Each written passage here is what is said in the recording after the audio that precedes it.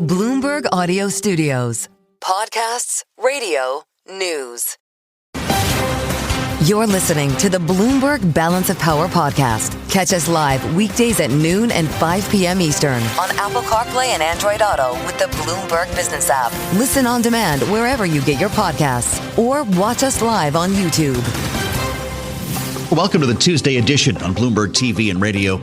I'm Mathieu in Washington, where we just said goodbye to President Trump. He's on his way to Iowa right now, a speech in Des Moines, back on the affordability tour, set to coincide with the closing bell about 4 p.m. Eastern time. We'll see how close to on time he is, and we plan to bring you some of his remarks live here on Bloomberg TV and radio. Having just now been asked in the White House driveway on his way to Marine One about the situation in Minneapolis and the investigation into Alex Pretti's death, he said, quote, "We're doing a big investigation. I want to see the investigation. I'm going to be watching over it. I want a very honorable and honest investigation." He said, "I have to see it myself."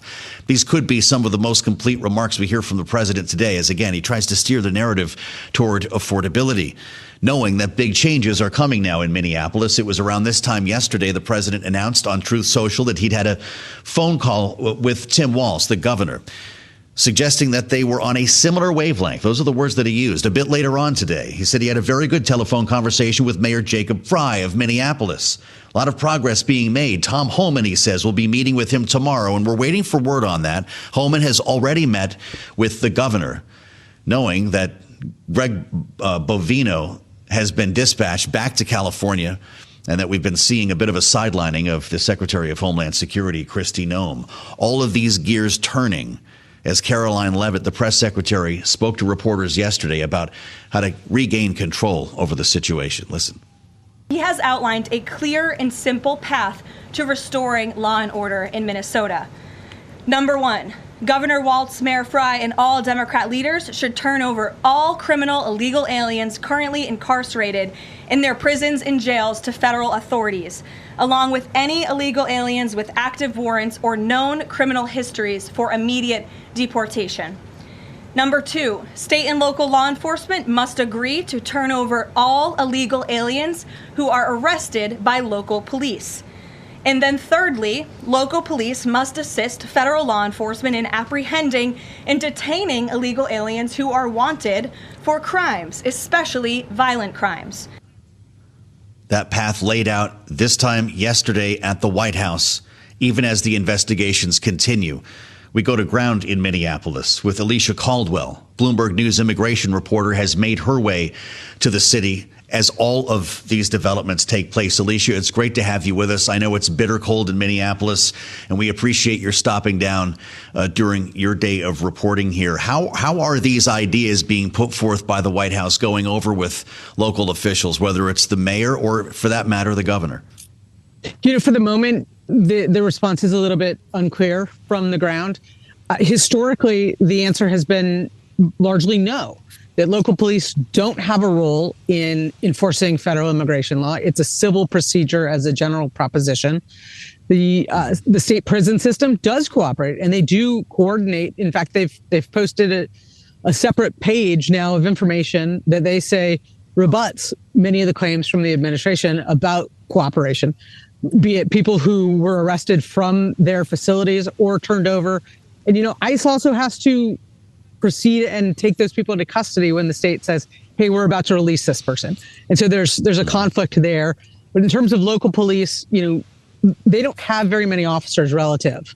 They have about 600 officers. There's 3,000 federal agents here right now, or at the peak there was. And the Minneapolis Police Department is shorthanded. They're down by about a third, according to the police chief. So, you know, that's a big ask that doesn't seem to be readily in the making. Can you tell any difference on the ground today, Alicia, with Bovino out? He apparently was taking some officers with him. Is there a different posture in Minneapolis today? It's hard to know. You know, there's as many agents as there are and have been in the region. Sometimes it's a bit of a needle in a haystack. So what you're seeing is a lot of people in their neighborhoods who see things and then report things and post to social media. But what I'm hearing from local residents is a sense of relief, but tempered with wait and see approaches. As I overheard one person describe, they can't wait to dance in the street when everything is official and over. But for now, things are still really tense. I've been here off and on for the last 3 weeks, back again first thing this morning. The city is still tense. As you drive around, you'll see people with whistles, people on street corners with brightly colored vests, operating as community lookouts effectively and trying to help, as they describe, trying to help their neighbors stay safe. Well, it's really important that you're there, Alicia Caldwell. We do appreciate your reporting. You cannot do this kind of reporting without actually being there.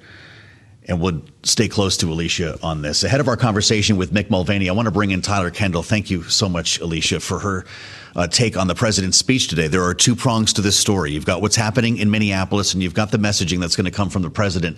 Having heard from him in the driveway, Tyler, a short time ago, he says Kristi Noem is not out. He's going to be tracking this investigation. And by the time 4 o'clock Eastern rolls around, he's going to want us to be talking about strides this administration is taking when it comes to affordability. What do we expect from him in Des Moines? Well, Joe, this bid at de-escalation from the Trump administration has largely been overshadowed because, or rather, the White House's apparent want to focus on affordability has been overshadowed. And that is why we're seeing this perhaps bid at a de-escalation, as we were just hearing Tom Homan now being sent over there. But it's really continuing what feels like a theme over the past few weeks, right? We had President Trump's speech in Davos last week, which we were told was going to be about affordability. And then it ended up being overshadowed by Greenland. So we'll see if this could be perhaps a reset for President Trump as he heads to Iowa. It's been pointed out that this is going to be a relatively friendly crowd, right? President Trump has won Iowa repeatedly. You and I were there during the Iowa caucuses when it was just about as cold as it is now, and he handedly won that race. But he's also dealing with a few different factors, including that Iowa has had a mixed response when it comes to his policies, such as trade tensions with China. Iowa is the second top producers of soybeans in this country today. We saw U.S. consumer confidence plummet to its lowest level since 2014. And then hanging over all of this is the potential that we could have a partial government shutdown over what is happening when it comes to ICE in Minneapolis. Well, we'll see what the rhetoric includes. As I mentioned, that speech set for 4 p.m. Eastern. We're going to carry it here on Bloomberg TV and radio. Incidentally, 16 degrees right now in Des Moines. If that's bringing back some memories, I think we were sub-zero, which they have been in Minneapolis as well. Tyler, thank you so much. Right now in Minneapolis on the ground, 5 degrees. Which is a warm-up from where we were over the weekend when thousands of protesters were on the streets. Pretty remarkable to consider. And I'd love to know what Mick Mulvaney has in his mind today as the president gears up for another rally, in this case in Iowa, a very important state on the map, but it's also a very confusing news cycle right now. The former Republican congressman, former acting chief of staff of the White House in the first term, former director of the Office of Management and Budget. I could keep going. It's a long business card, and it's been a long time since we've had you on, Mick. It's good to have you back. I hope the year is starting out well for you. We talk a lot about resets in Washington and with this administration. Is this another one today? It is, and it's the likes of which I've not seen before. I was talking to Sean Spicer, a friend of mine from the first administration this morning. We both agree we've not seen a pivot this significant, this quickly from Donald Trump ever. Wow. You've talked about a couple of things about Kristi Noem sort of being moved aside, maybe temporarily, for Tom Homan, who will be answering directly to the president. The president was straight about that. Bovino getting shipped off to California. The president talking to both the governor and the mayor, which doesn't seem remarkable, except that J.D. Vance was there over the weekend and did not meet with those folks or did not talk to them. The language coming out of the White House now from Caroline Leavitt is very different than the language that was coming out of DHS. So it's almost an all of administration pivot. And I think rightly so. They were getting their teeth kicked in on this politically. It was, anytime Americans see a citizen on his knees getting shot in the back by federal law enforcement officers, that's a really bad day for the White House. So I've never seen anything like it, but I think it's the right response. Wow, Mick. Well, that's something else. What did you make of the president's response just now in the driveway? Will Kristi Noem step down was the question, not will you fire her. He said no. If you're a cabinet secretary on the rocks like this, how do you interpret an answer like that? Well, you do it the right way, and I think Kristi would do it the right way. You ask the boss, look, do you need me to step down? And if he says, yeah, the president shouldn't ever have to fire any member of the cabinet. Okay, what the president would do is, make it clear that we want you to go and you would offer your resignation. And I just can't see that happening. Look, DHS has had a disastrous couple of weeks on messaging. They just have. A lot of this turmoil right now is caused by the immediate reaction that DHS had to both the killing over the weekend, but also 10 days ago with Renee Good, when they essentially ran to the microphones and said, oh, these were domestic terrorists or these were assassins. That's what's causing a lot of this. It's just that tin-eared response. I don't know if you end up sacking your cabinet secretaries over messaging difficulties. Kristi Noem has done exactly what the administration has wanted since she took over. I cannot imagine them firing her over this. If she offered her resignation, the president said, no, that sounds like it's probably the appropriate way for it to go. So 2 hours in the Oval. Kristi Noem, Corey Lewandowski, according to the New York Times. Susie Wiles is in there. Caroline Leavitt. Strangely, Stephen Miller is not. Maybe not strangely. I'm just wondering, as somebody who's been in the room with Donald Trump when he's been angry, when he's been happy, what was the fly on the wall view of a meeting like this, knowing that Noem asked for it? Well, I'm sorry. You might have a piece of information I don't, because that's what I've been asking. Who called for the meeting? Do you have information? She on requested the meeting. According to the New York Times, it was her request. All right. So let's assume, for sake of this discussion, the New York Times is right. I think it's fascinating to me that she asks for the meeting and Stephen Miller is not there. To have an immigration meeting in the Oval Office without Stephen Miller is, I don't know, it's like you and me having a market update, not talking about the Dow. You don't do that. So I think it'd be very interesting to confirm that she asked for the meeting, and then somebody must have affirmatively excluded Stephen. And there's only about two people who I know who can do that. One is the President of the United States. The other is Susie Wiles, the Chief of Staff. So you telling me that she asked for the meeting reaffirms my position that I don't think she's leaving anytime soon. Okay. Is this a tough time to be named Corey Lewandowski when you're not actually in the cabinet? No, Corey's got a good relationship with the president going back. People who underestimate Corey Lewandowski's ability to work with President Trump do so at their own peril. I know Corey gets a lot of rap in the press, but he and the president are very close, have been for a long time. And look, is the president capable at some point of cutting ties with Corey Lewandowski? Yes. But I think it will be a much colder day in a much hotter place than what you guys are experiencing in Iowa and Minneapolis today. I got you. Mick Mulvaney, boy, this is fascinating to hear your reaction to all of this. So let's fast forward 3-4 hours to the speech in Des Moines. What will be the president's posture? And is this going to be the same message that we heard in Detroit and in Pennsylvania? I hope if it is, it should be the same topic, which is the economy. I hope it's a more focused meeting speech than it was in Detroit. I don't think that speech went over very well, but of course that was a different audience. It is completely within what conversations would I have been having with the president the last 24 hours? Mr. President, we're losing on immigration. I can't believe I'm saying that because it's an 85% issue for us, but we are getting killed on immigration. Wow. Let's go talk about the economy, please. We can get people back on our side on immigration, but let's let things calm down and go back to affordability, back to the economy. We've got some decent policies. Let's go talk about them, and let's get back talking about what the voters want us to talk about, which is stuff that impacts them directly. So my guess is, and it's an educated guess, you will see a focus on the economy today, as you should see from the president. And hopefully they'll let this, they'll find a way to simmer things down in Minneapolis and across the country on immigration so they can reclaim the high ground on that at a later date before the midterms. Really interesting, Mick. Would you also counsel him on maybe trying to avoid a government shutdown? I can't even believe I'm asking you about this with 4 days to go here. But there is a thought, at least among Republicans in the Senate, that he could take some executive actions to try to sort of rein in the activities of ICE that might dislodge enough Democrats to pass the DHS funding bill. Or is this is crazy talk? We're shutting down on Friday night. Yeah, this is tough. This is really, really tough because I put myself in the seats of the Democrat senators. Not that I'm either of those things. I'm not a Democrat nor a senator, but I've been around the town a little bit. I don't know how they don't take a hard line. It's almost like they were going to sleepwalk into a shutdown because the Democrats don't have a way out. I don't know how they go to their constituents and say, Donald Trump gave us his word that he would make executive changes, so we went ahead and voted for DHS funding.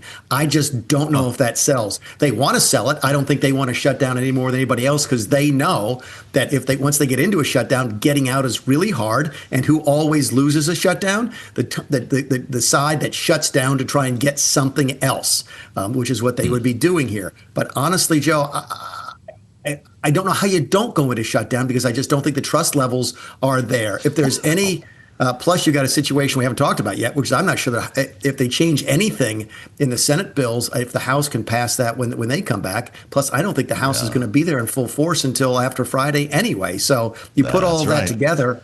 Put all that math together, and I'm at about 85% on at least a short-term shutdown over the weekend. Well, that's the conventional wisdom here, Mick. I can't believe everything I'm hearing from you. You're confirming a lot of tough news. Did you hear? 85 seconds to midnight. They reset the doomsday clock. Seems like an appropriate day for it, Mick, right? There's nothing like a good affirmation in the afternoon, right? That's always, everybody needs that every now and then. Those weren't the words to the song. Mick, it's great to have you back. Mick Mulvaney with us live on Bloomberg TV and radio. I can't wait to hear what the panel thinks about this, and I'm glad to say that Rick Davis and Jeannie Shanzano are with us. Fascinating read on Mick Mulvaney. We'll have to get that online. Indeed, by the way, citing a worldwide failure of leadership, the doomsday clock set to 85 seconds to midnight. That happened this morning, the closest it has ever been to catastrophe. Stay with us on Balance of Power. We'll have much more coming up after this. You're listening to the Bloomberg Balance of Power podcast. Catch us live weekdays at noon and 5 p.m. Eastern on Apple CarPlay and Android Auto with the Bloomberg Business app. You can also listen live on Amazon Alexa from our flagship New York station. Just say, Alexa, play Bloomberg 1130. David Koshel is spending time with us right now as we look ahead to the president's arrival in Iowa. That's where he's going, of course, later on. In fact, he'll be speaking likely during the late edition of Balance of Power. It's going to turn out to be around 4 or 5 o'clock Eastern time, according to the schedule. As we consider the message here, David, the president has been spending a lot of time talking about geopolitics. Your first answer pointed us to, well, if he's on message, it will resonate with the crowd there.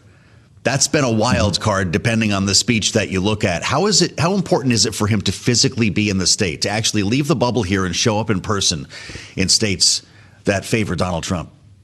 Yeah, well, Susie Wiles telegraphed this some months back, saying, he's going to get out around the country. Iowa's a place where he's been many, many, many times. He's been on the ballot there 5 times. He's won 4 times, all 3 general elections and the 2024 caucuses. He's comfortable in Iowa.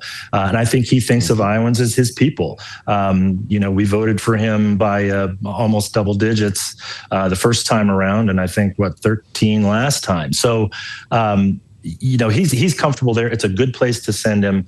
And of course, it's Trump. So who knows if he's going to be completely on message. He likes to do the weave. Sometimes his fans encourage that and they want to hear the hits. He's going to play some of the hits, I'm sure.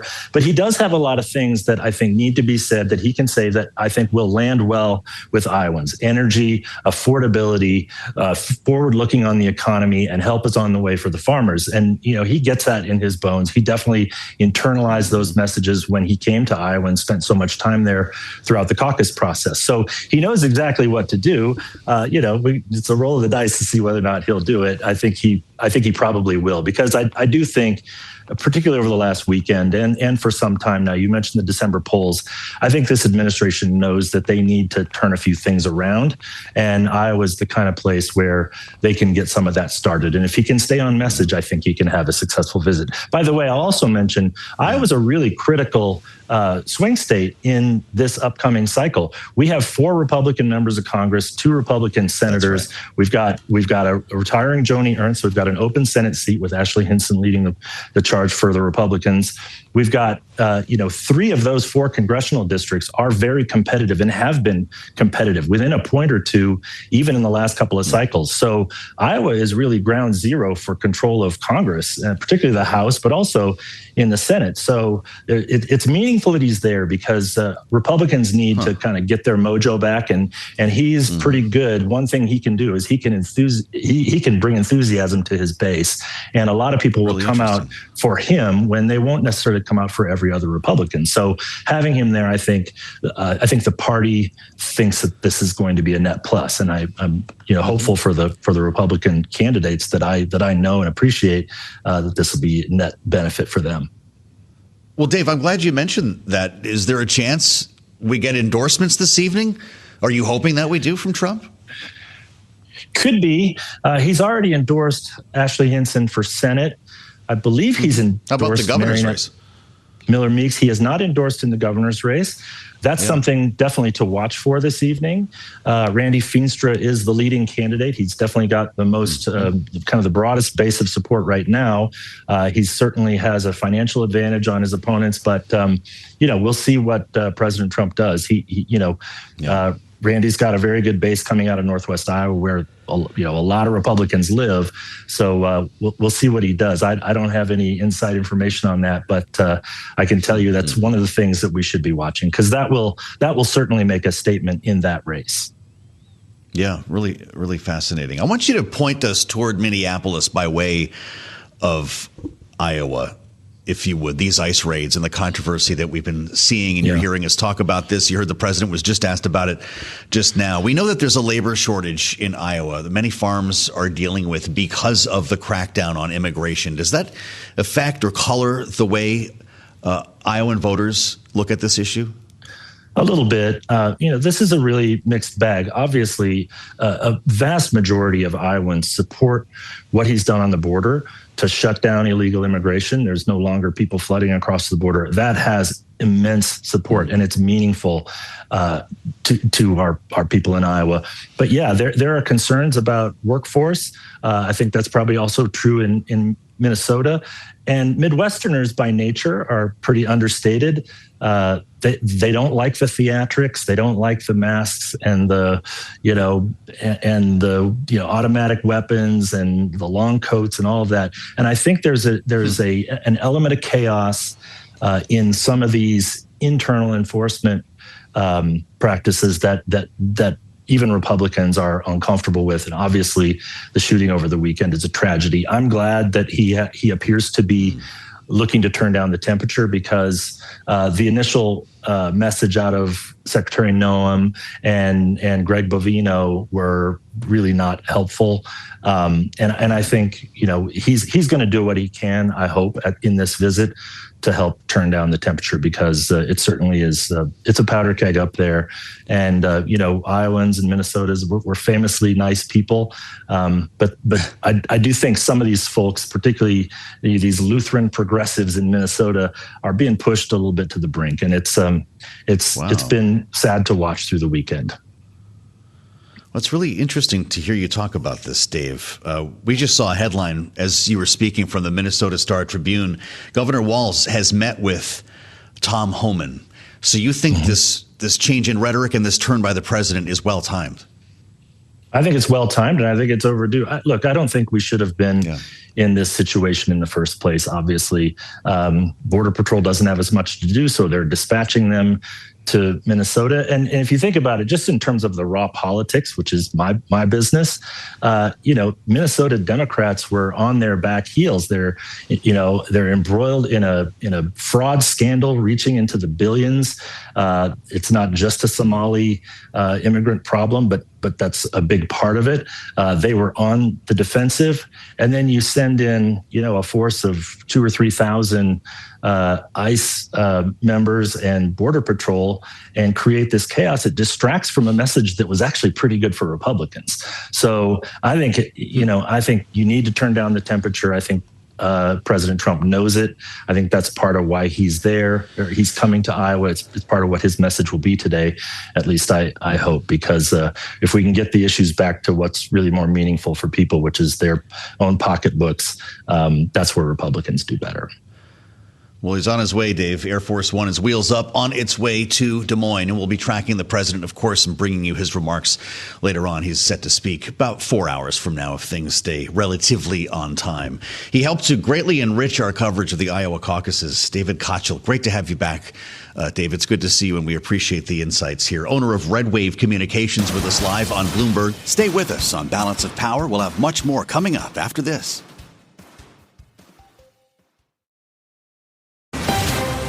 You're listening to the Bloomberg Balance of Power podcast. Catch us live weekdays at noon and 5 p.m. Eastern on Apple CarPlay and Android Auto with the Bloomberg Business app. Listen on demand wherever you get your podcasts or watch us live on YouTube. The president speaking today, by the way, on his way out of town. I think we've established this hour. He's going to be in Des Moines later to deliver a speech on affordability. He was asked in the driveway as he made his way to Marine One about what's happening in Minneapolis. Doing a big investigation is the headline on the terminal. I will watch over it. Knowing that he posted on Truth Social yesterday that he was dispatching Tom Homan to Des Moines. And remember what he said? He will report directly to me. That means not Kristi Noem. Now, Homan has already met with the governor. He sat down with Tim Walz, and he's going to be meeting with Jacob Frey, the mayor of Minneapolis, on his first visit there today. Something tells me he's going to be there for a minute. You know who else is speaking? Is the mayor of St. Paul. Yeah, remember the Twin Cities. All part of these same targeted actions as ICE has been calling them. And we spent some time last evening on the late edition of Balance of Power with Kailey. This is the mayor of St. Paul, who has been on the job for 3 weeks. Can you imagine? This is her only reality that has come in the throes of this controversy. Here's what she said about the shooting and killing last weekend. Alex was not at a protest. It was a morning in which he just happened to be in a space in which he saw activity and he wanted to go and document. I think that it is dangerous when we say that just because people are gathering or they exist is that they are protesting. They are not. They know that their neighbors have been taken off of the streets, that people are being ripped out of their homes forcibly, that people are having children and families ripped apart. And so when our neighbors see each other hurting and impacted, we show up. Let's assemble our political panel for their take on everything that's happened in the past 24 hours, even the past 12 hours. Bloomberg Politics contributors Rick Davis and Jeannie Shanzano are with us. Rick is our Republican strategist and partner at Stone Court Capital. Jeannie, our Democratic analyst and democracy visiting fellow at Harvard Kennedy School's Ash Center. Jeannie, what do we think of this 2-hour meeting in the Oval Office? The New York Times has the story, of course. This is Kristi Noem and Corey Lewandowski at her request, I will note. Interesting, who was not in the room in Stephen Miller, but of course many were in the room for this conversation, including Chief of Staff Susie Wiles, Press Secretary Caroline Leavitt, and others. She is not being dispatched to Minneapolis today. What's happening inside the White House? Yeah, just a fascinating reports coming out of that meeting. As you mentioned, Stephen Miller, absent, even though he probably has the hardest line on immigration. Smart that he's trying to stay below the fray at this point, which is not Stephen Miller's style. But I think it speaks to the fact that Lewandowski and Kristi Noem understand what a debacle this has been, both strategically, politically, from a policy perspective. Last year, there was some talk that Kristi Noem may be moved out of DHS to an ambassadorship. And one of the big values that Donald Trump said she brought to the team, if you will, was the fact that she was really good at communicating and really good on television. And that's what she was known for, going down to CCOT, parading around with cameras. And yet this weekend, as Susie Wiles vetted those calls coming in, frantic calls about how bad this was, Kristi Noem suddenly lost that edge. And so she's got to be wondering, rightly so, what does she bring to the table? I think at this point she's hanging on because Wiles and Trump don't want to see a lot of turnover. But I wouldn't be surprised if she is moved somewhere else in the short term. And I think we're going to see a lot of leaks out of DHS, people very upset with the way she has managed this from top to bottom. That's going to make her situation a lot worse. What's your read on this moment in time here, Rick? It does feel like pieces are moving. And when the president says Tom Homan reports directly to me, what should the Homeland Security Secretary think? Well, Homan is a White House staffer, so that's actually not news. He does report directly to the president. He's not a part of the department. He's the czar. And so I wouldn't read a whole lot into that. The reality is that Noem is in the doghouse. She's put herself there.